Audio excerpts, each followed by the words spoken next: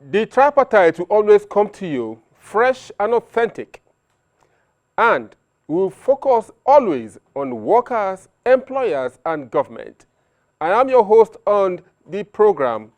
My name is Abulu Osemahu. Thanks for joining us.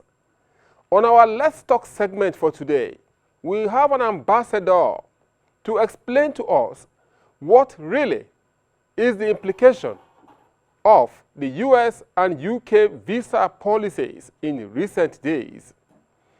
Also, we have a very disturbing feedback from Kogi State. Last time, we had a feedback from Plateau State, North Central Nigeria.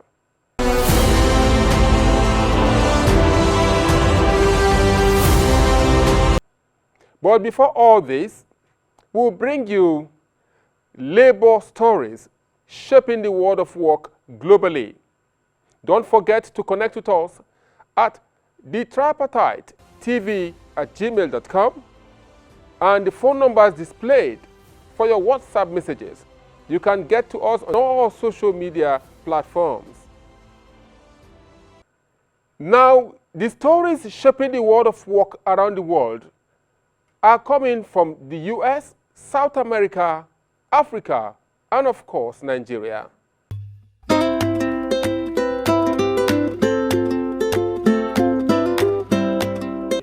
My name is Mohammed Megardi Gadi, the Minister of Labor and Employment. You are watching the Tripartite program on AIT.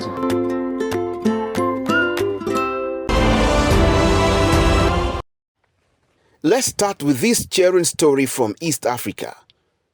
The African Regional Organization of the International Trade Union Confederation, ITUC Africa, representing 18 million workers across 52 African countries, has hailed the government of the Republic of Kenya for its landmark decision to exempt African citizens from visa requirements.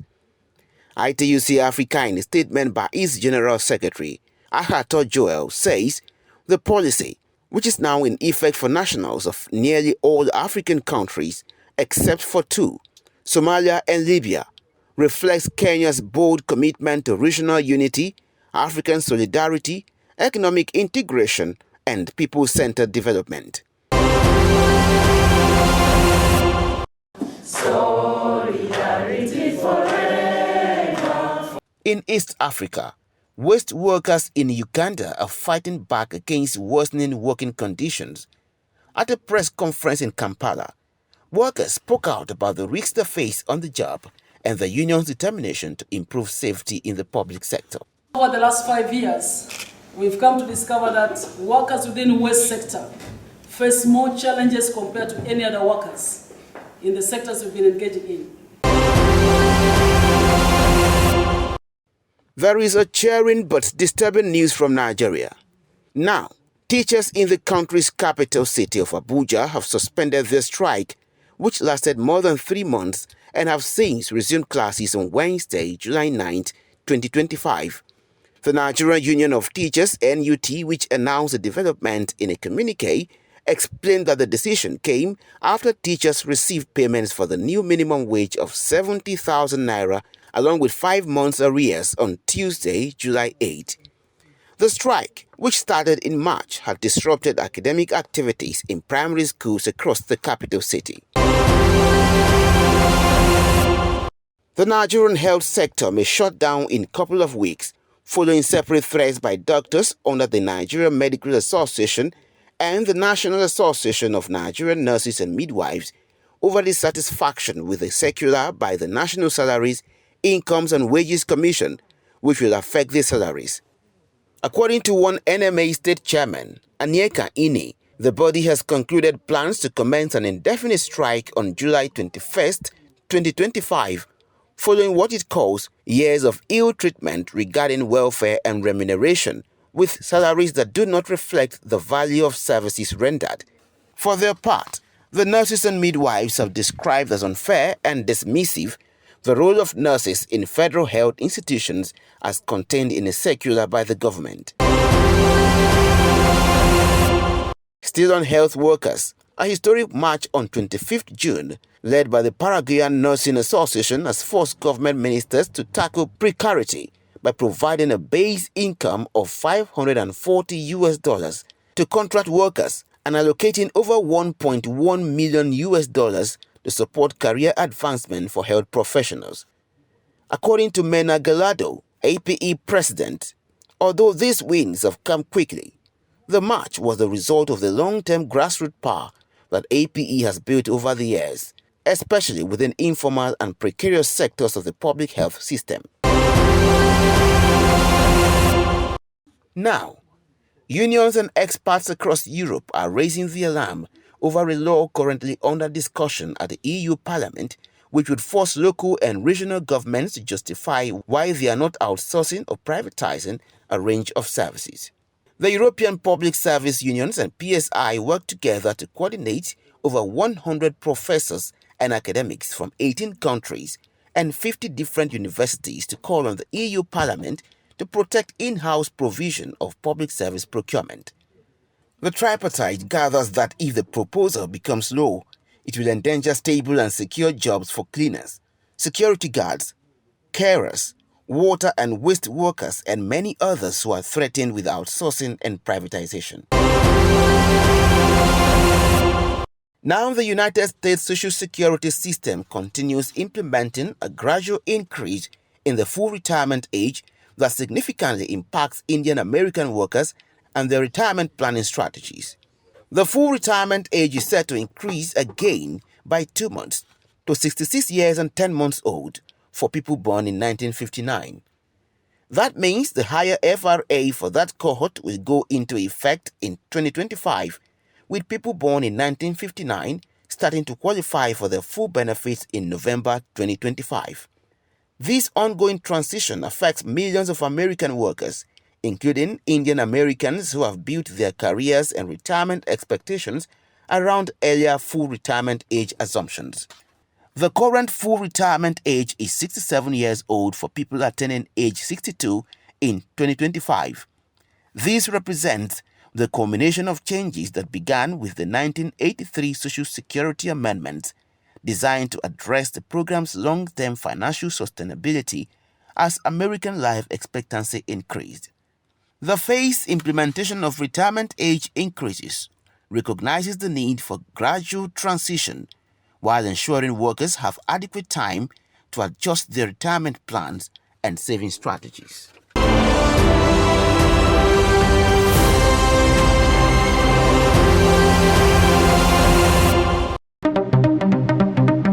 Here is a new and refreshing offer for our esteemed audience across the globe.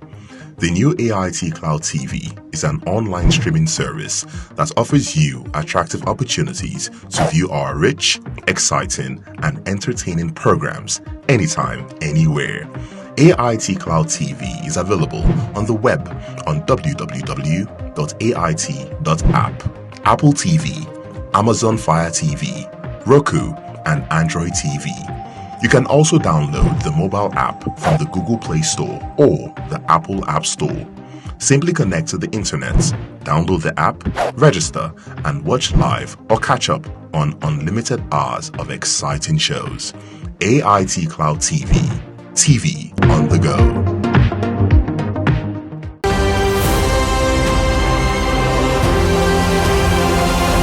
As we told you in our opening, we have Ambassador Tunji Ashaolu. He's an ambassador of so many feathers. He's going to tell us the impact of the US and UK visa policies, how it affects migrant workers and their families.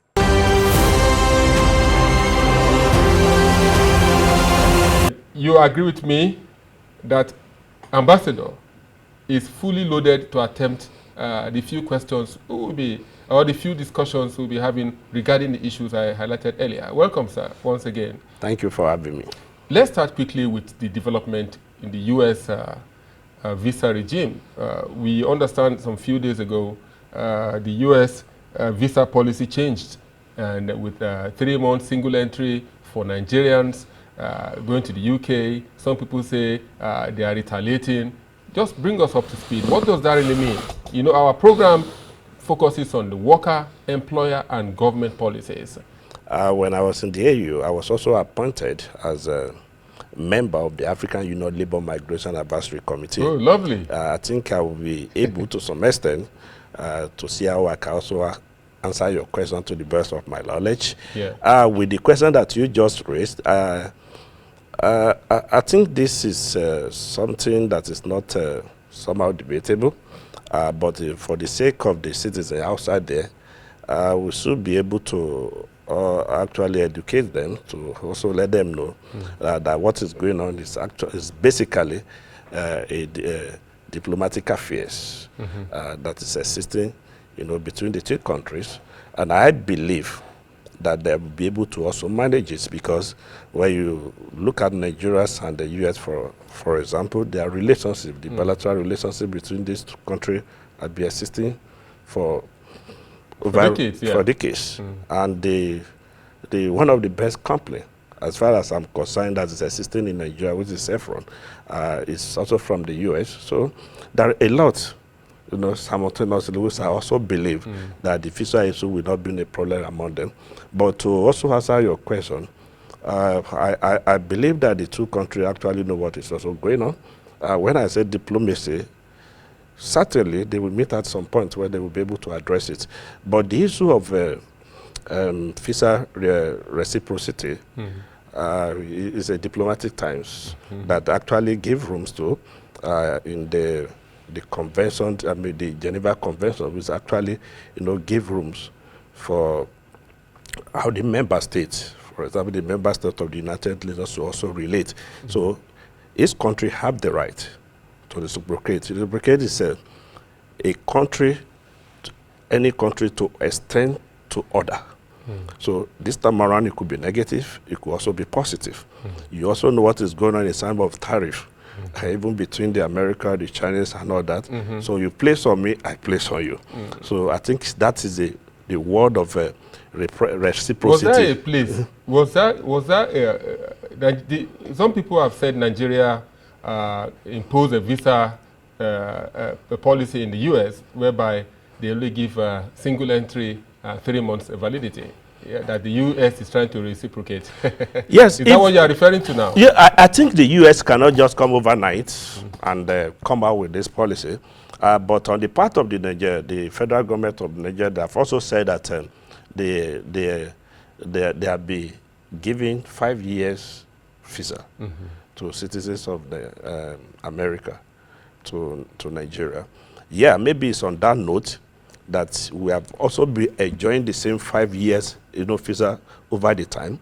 But this time around, they should also forget that the new system in this 2025 that came up, which is about e-visa, and that e-visa also allow for those that cannot face the regular, documentation. When you look at the U.S., the distance, you can only get your visa through the New York or the Washington, D.C.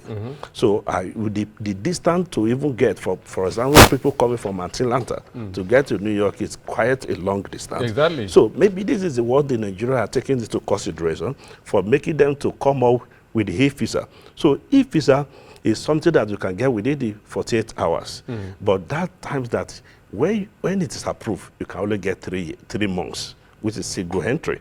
So maybe this is what the U.S. people are looking at, that they want to also reciprocate back. But if that is what they are taking into consideration, my take is they should have extended it to the e-visa application too. Because if Nigeria have gone on the e-visa, and according to the statement that just released by the federal government, that they have not reversed the 5-year times, so they should have also maintained the 5-year times and also introduced the e-visa with that longevity of 3 months. Our concern is on migrant workers. Our concern is the labor movement. Our concern is people that want to go and explore in the U.S.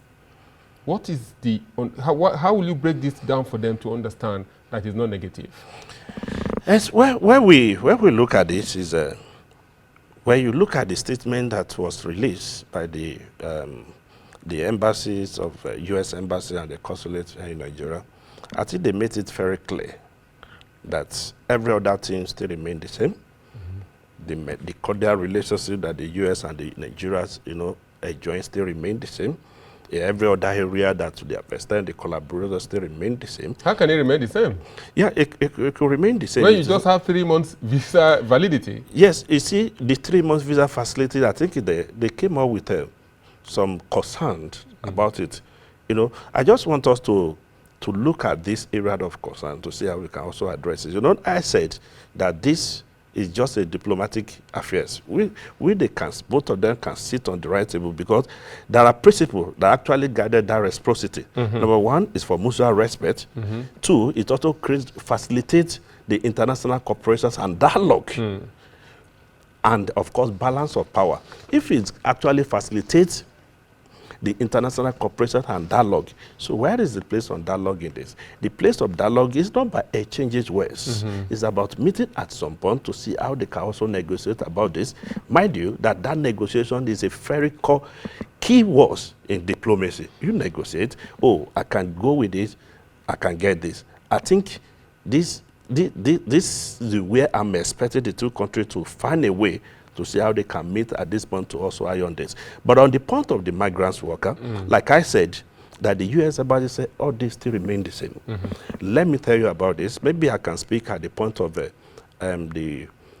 if Africa put their house in order, and I'm sure that the respect that they will command, nobody can throw stone at them at any time. There is a policy that is existing within the Africa, you know, what they call the Africa policies of migration. It's a very robust policy framework, and the labor migration is one of the pillars out of the 8 pillars of migration. Because if we want to talk about migration, it's very wide. So labor migration is one of the strong pillars on this. If they actually, you know, Africa make sure that this policies is being implemented across all the 55 countries of Africa, Africa would be the best continent that the people will respect in the world. Okay. We'll come back after this break to look at the other development from the UK.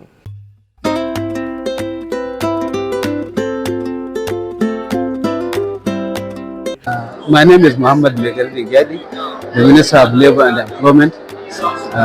You are watching the Tripartite program on ITUC.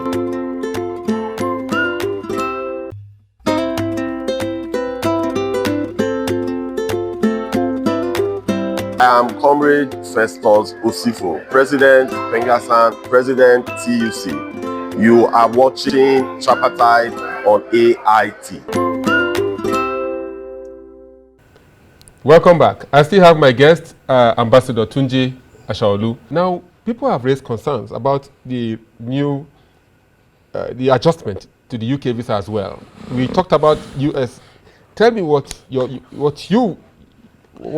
give us an understanding of that. Before now, until 1987 or thereabouts, the Nigerian citizen can enter UK without necessarily visa. I think this policy is also talking about e-visa. It's not talking about cancellation of visa. Okay. So the visa is either e-visa or physical visa, is visa. As long that you can enter that country. I have not seen any violation about this, because when you look at the Article 13 of the Universal Declaration for Human Rights, which actually talk about the freedom of movement of the people, is also clear one of the plan of action for free movement protocol and free movement of the people of the African unions of goods and services.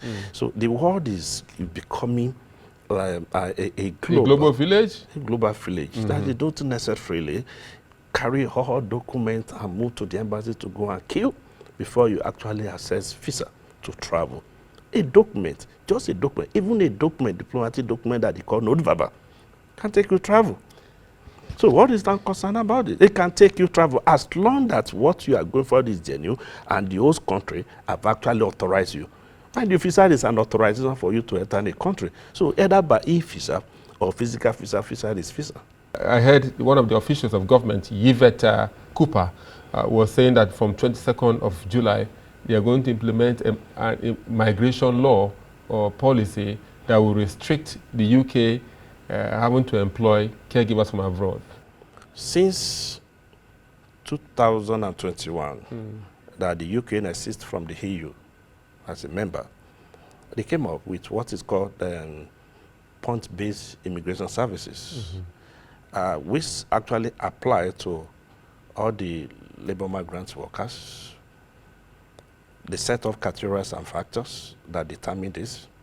That is to say, the point you have will determine your chances of eligibility. So some of the criteria that are actually listed out of this is language proficiencies, the salary stress odds, and the sponsorship lances.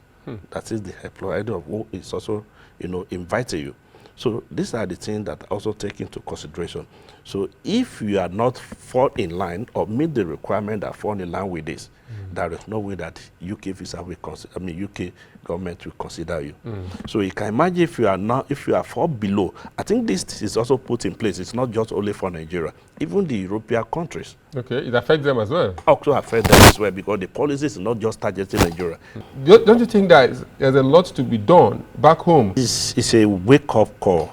This should be a wake-up call for Africa as a whole, because it's not just, I'm not talking about Nigeria or maybe Togo or wherever, as Africa as a continent. Why do I say this?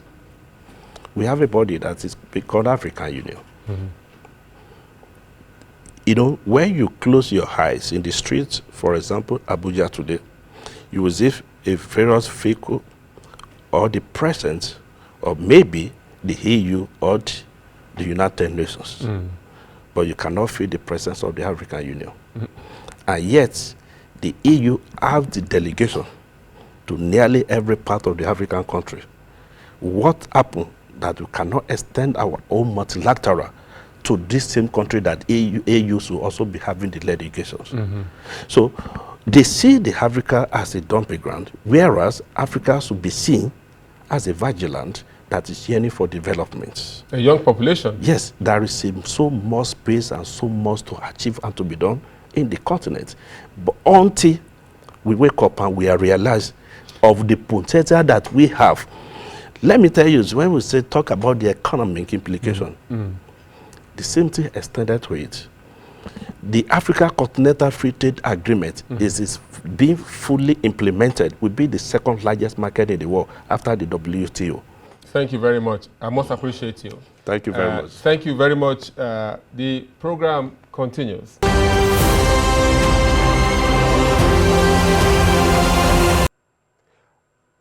I hope you have a handful of information concerning the UK and US visa policies.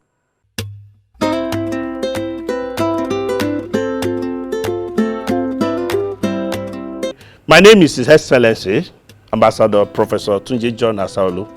I am the Secretary General, the United World Congress of Diplomats, UNWCD. I'm also the Chair of Governing Council, African Union Agenda 23, Ambassadorial Assembly. In AIT, a program that is being called Tripartite. Keep watching. It's a program that you shouldn't miss. Please stay tuned.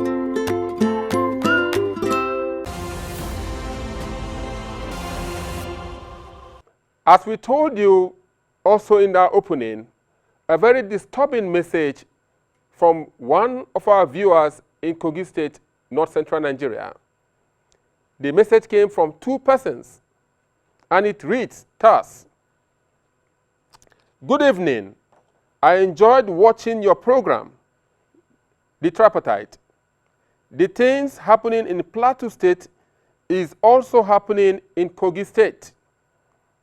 In the Ministry of Environment, ad hoc workers in Kogi State Sanitation and Waste Management Board are also paid 15,000 naira for so many months. End of quote. Now, we have tried to reach the Ministry of Environment, Kogi State, to give us a reply, but they have not. And we hope they are watching. And we hope the Environment Ministry workers will get a feedback from the Kogi State government. I hope you have enjoyed the program today. Don't forget to connect us on our social media handles. Don't forget, your feedback is very important to us. You are welcome to partner with us, to sponsor a segment of this program, and to support the program. I am your host, Abulu Osemahu.